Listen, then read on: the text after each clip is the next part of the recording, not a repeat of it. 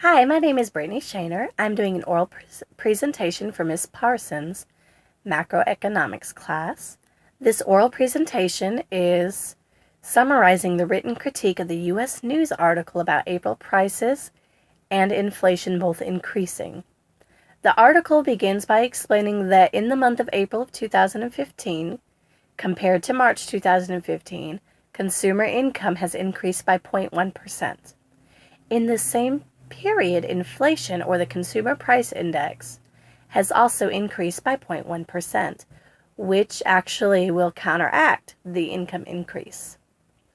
The article explains that the Federal Reserve Chair, Ms. Yellen, is hoping to see an overall income increase that's much more dramatic than 0.1% a month. And she would also like to see inflation increasing as well, but not as quickly as the income. And the hope here that the federal government has with this combination is that Americans will begin to feel more confident and they will start being more prepared and ready to handle an interest rate increase. 1 month, though, isn't going to tell the government or economists if the Americans are ready for this. So the article looks at the last 12 months. And in the last 12 months, what they have found is that income has increased by 2.3% and inflation has actually decreased by 0.2%. So what's happening is consumers are making more money than they were a year ago, and prices are actually less than they were a year ago. So consumers are at 2.5%, like doing 2.5% income better because their money actually buys more than it did a year ago. And what would be expected from this normally is that as real money increases, real income increases, that consumers would begin to spend more and they would increase their demand on the economy. Under normal circumstances, as the demand on the economy increases, suppliers are going to begin making more money and they're going to see that it's more profitable for them to increase their supply, and they'll start increasing their prices as well to level out. And as this happens, the GDP will begin to increase. Inflation helps the GDP. The article believes that the reason Americans are choosing to spend to save rather than to spend is because they're still living tight, with tight budgets as a result of the Great Recession.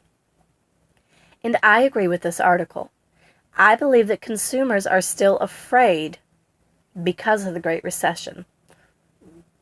I believe it's a self-fulfilling prophecy. Consumers don't believe that the economy is doing better. Consumers, many of these consumers have lost jobs. They may have lost their homes. They have lost savings trying to survive during the recession. And if they didn't lose their job or their home or their savings, somebody they know did, be it a friend, a family member, a former coworker. So they're afraid because, the economy did essentially start to struggle. And they're taking this income and they're saving it in order to have a secure safety net.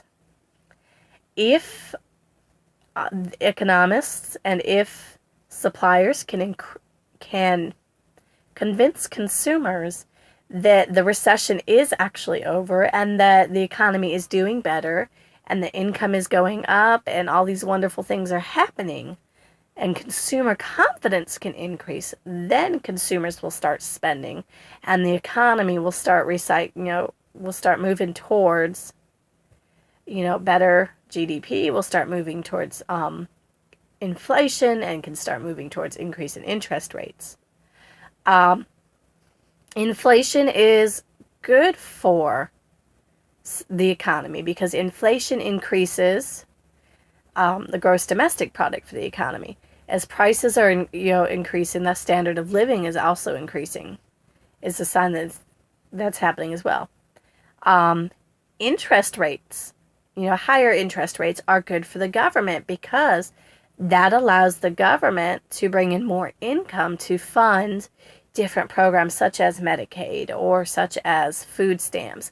It also allows the federal government to use that income maybe to pay down the deficit so that maybe at some point we can be at a surplus again.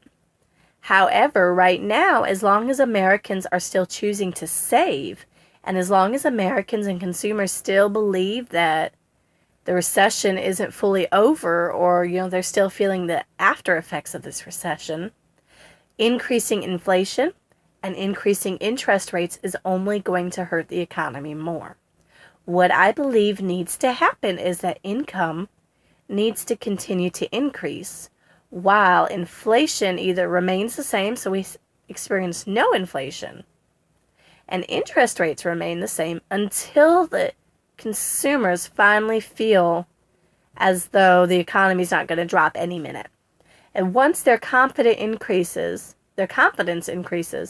then the suppliers can slowly start, the consumers first will start spending once their confidence increases, and the suppliers can start increasing their prices so the inflation can start slowly going up. It has to be slow. And the government can also slowly increase the interest rates. And they can, as long as they do this slowly, it's not going to cause a whole lot of fear in the consumers. So as long as they can do it slowly, the consumers will still feel positive about the economy. And then at that point, the recession can become a distant memory for consumers, for the government, and for everybody involved.